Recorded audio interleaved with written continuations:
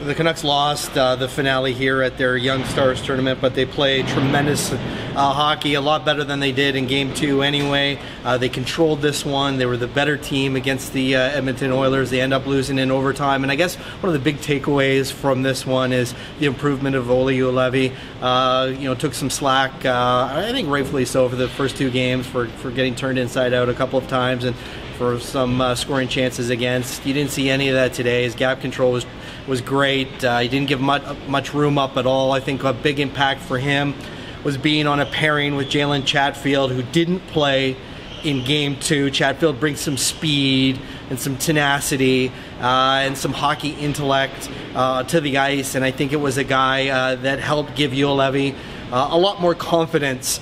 I think that if you're looking at the most consistent guy over the course of these 3 games, it's probably Gadjevich, who was really good again today along the boards, behind the net, around the net. He's kind of termed the 35-year-old prospect, and certainly he looks older than a lot of the guys. He's got a man's body. I think that's going to show well in main training camp. Expect him to take the next step.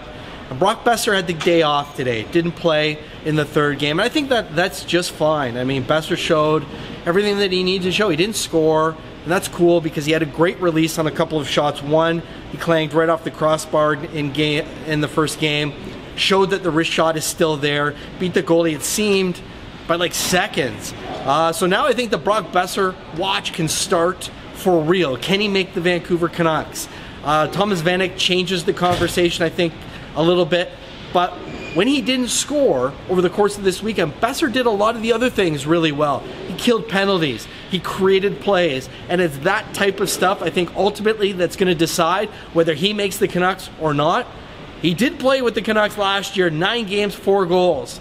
Thomas Vanek in the last 20, he only got 2.